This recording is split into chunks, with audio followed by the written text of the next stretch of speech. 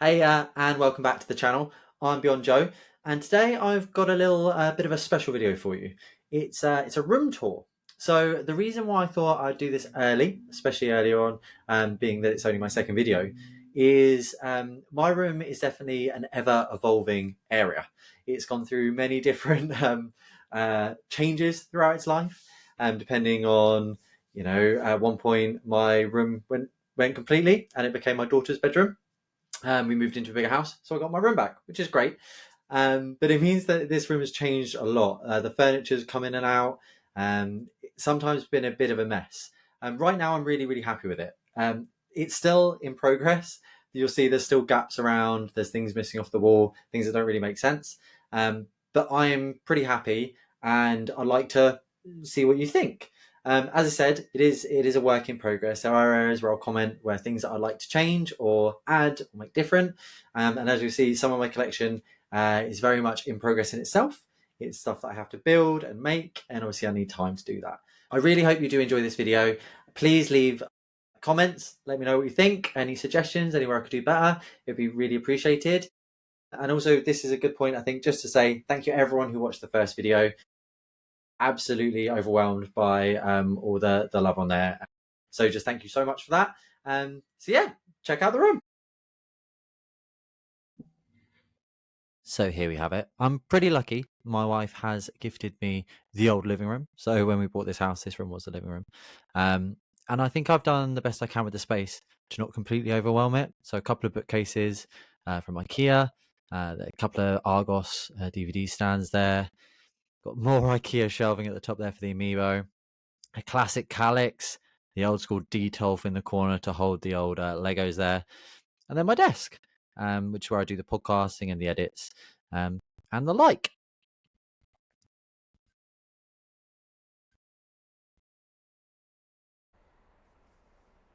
So the top of my desk is where I keep all my go-to things. So, for example, you have the current manga I'm reading, the most recent releases, along with the video games I want to be playing at the moment. Some that are on my backlog for ages, for example, One Piece there, along with the Blu-rays I want to watch. So my new One Piece ones are up there. And then my One Piece Funkos. I don't have many Funkos, but ones I do have, I really do rate. And then my little Lego collection here with some of my Nendroids. I went through a little Nendroid phase with Nintendo for a while. I think I'm over it, but I like the ones I have. Some of my favorite Lego sets there. My original RT-D2, Baby Yoda, and of course the Horizon tall neck there. Now, the Amiibo collection is a pretty hard one to film. I don't know if you saw when we came into the room, but it's right at the top there. And these are on some picture shelves that I've turned upside down. This way you can store them two a piece, so two deep there. They are hard to see. I think Amiibo are pretty hard to display no matter what. As soon as you start getting too deep, you can't see much. So again, apologies for the camera work here. It's extremely hard with just how high up it is.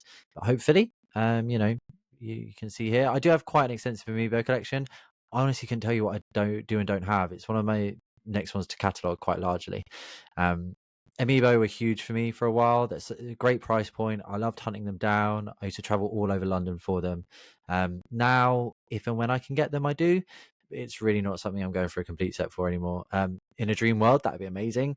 And if I see them and I don't have them, I'm probably going to pick them up. But in terms of really hunting for these guys, I think I'm done. But let's hope they don't die with the Switch too. That'd be a shame. And then back in the corner there is the Amazon Animal Crossing ones there. And here we have the game part of my game room. So this is all my classic systems. Yes, they're not plugged in, but at the bottom of my Calyx, I do have some drawers there. So that's my original Mega Drive, my original N64. I bought my Super Nintendo later on. And then the Wii U that never gets used anymore, but the nice classic Zelda version there. This is one of my favorite little pieces here. So a TV VHS combo, so I can watch my VHS on it, and I've sticked it up as much as I can. I'm always on the lookout for good stickers. My PS2 Slim here, and then you've got Metal Gear Solid 3. It's a special version. This is the Japanese version. And again, the amazing Spencer from Canada, he gifted me that. So thank you, Spencer, for the PS2 Metal Gear Solid 3 there. My NES, which is missing all the stuff on the front, I gave it a good clean when I first bought it, and very early on didn't realize the effects that rubbing alcohol can have. And then my dirty PS3 down at the bottom never gets turned on anymore, which is an absolute travesty because the games are great. And then my Portal and my Switch down at the bottom there, ready to go whenever I want to leave. So the Galaxy unit doesn't just hold my classic video game. Sorry, we also have here, some of my favorite collectibles. This very, very, very much is a work in progress, and as you'll see, a lot of the collectibles I'd like to put here are in the process of being built. So in the corner there, you got some One Piece ships. A couple of Chainsaw Man figures that you've seen already. This is my high grade Gundam collection that I've built, and this is the Universal Century. So all the classic Gundam there, or Gunpla. Sorry, Gunpla of Gundam. It's always a tongue tie, that one. And my little Harrow at the front there that I got from a con. I love collecting these guys and making them. These are all 144, so they're a smaller pla. I do like the bigger ones, the 100s, the master grades. But that's sort of what I got. I do have a master grade in the corner there. And then these are just some of my horror bits. I do love horror. So the Castlevania soundtrack at the back there, along with the Creepshow character. And then I also really like Frankenstein figures. Something about Frankenstein I think is awesome. So the classic NECA figure there, a little Lego, and in the back you have Ralph. So yeah, Ralph as the monster. This figure you've seen already, but this is what I'm saying about placeholders. So a lot of these are just placeholder for now. And these shelves are one of the newest additions. These glass shelves, they're also from IKEA. But it enables you to sort of split these cubes up a bit. So for these are Dunny at the top there. They were made by a company called Kid Robot. Sort of out of fashion now a bit. I haven't bought any in a long, long time. They've gone off the rails, in my opinion. Monsters in my pocket. The sort of cereal toys, I'd say. Some of my all-time favorites there.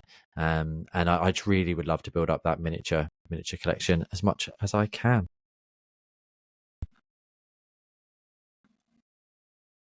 Then we've got the classic Final Fantasy VII strategy guide there. I did get that game on Switch, so I really want to play through it with the guide. Some of my best memories of childhood is playing through games with guides.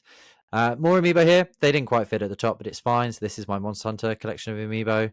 I've been playing a lot of Monster Hunter recently, so I'm very happy to have these guys on full display. As you can see, shelves are bare. There's plenty of room to fill those up with some miniatures.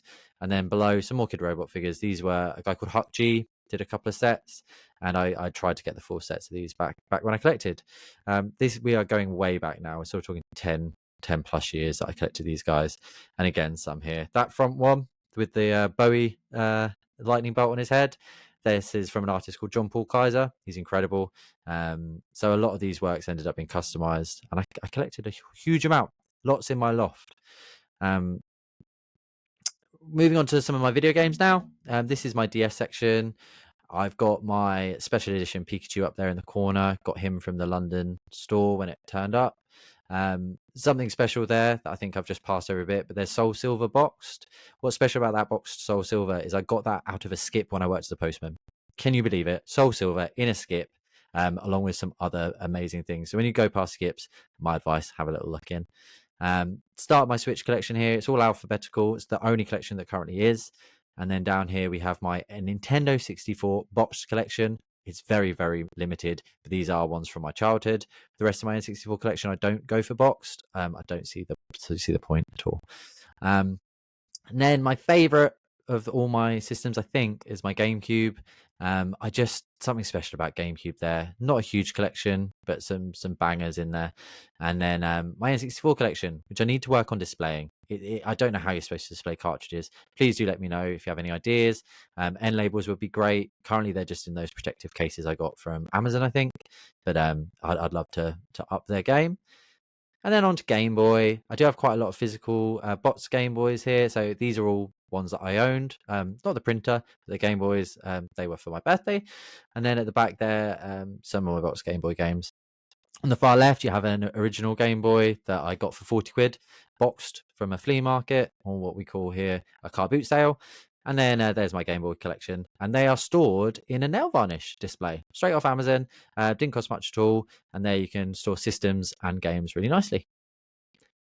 To finish off the Switch collection here, it's just a lot more Switch. I love the Switch. It's the system I have the most games for. I think I've got over 200 plus games on Switch. The whole collection of games is nearing 1,000. I'm very close. I think I'm about 60 off. So that'll be really exciting when I reach that. And then my SNES and my NES, much like N64, I find them a bit of a struggle to display nicely. Not many boxed NES games, but I did start collecting those way back in the day when I first watching the Angry Video Game Nerd.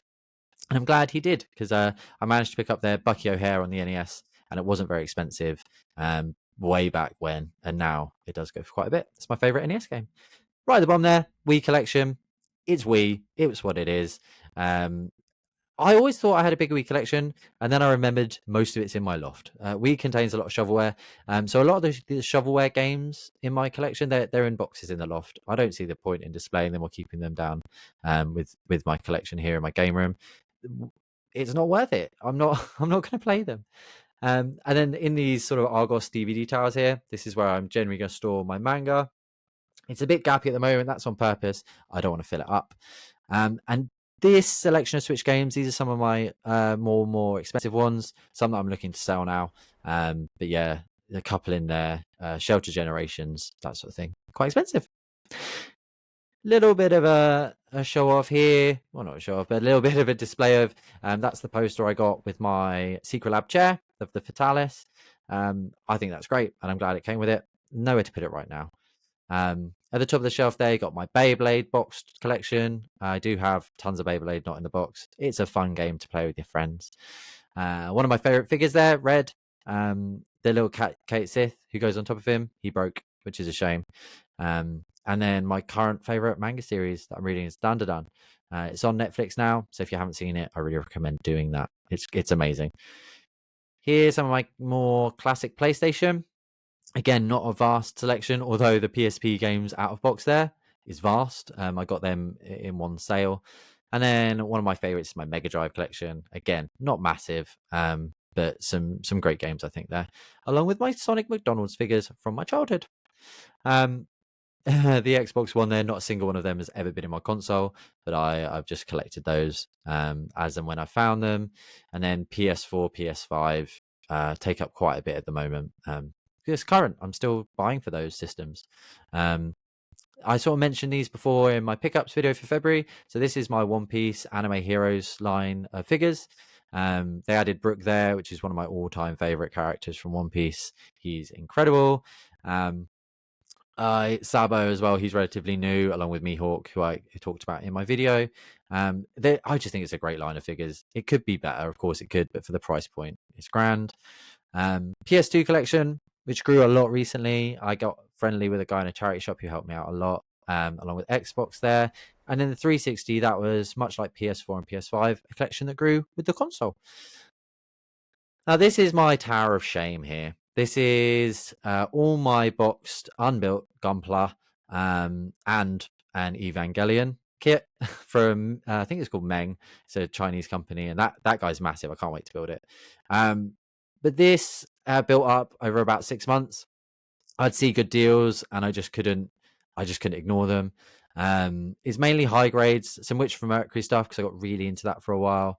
And then, the big boys, they're the perfect grade Unleashed RX-7082, the big old high grade Destroyer, my new real grade at the top there, RX-7082 2.0.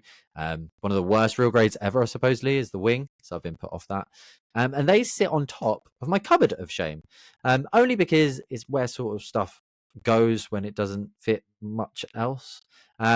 It's mainly my trading cards that go in here. So loads of singles of Pokemon. There's another Seal Pikachu there from the Van Gogh collection. Just thought I'd grab one of them while it was available. Some Lego down in the bottom that didn't fit anywhere else. There's tons of that upstairs in the loft as well.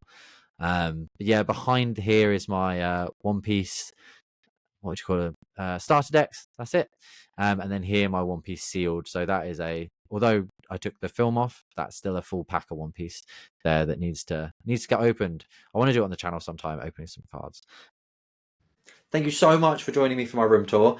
Again, first time I've ever done anything like this, so I hope that it had something in there for you. If it didn't, do let me know down in the comments. I would like to do something like this again as the room progresses.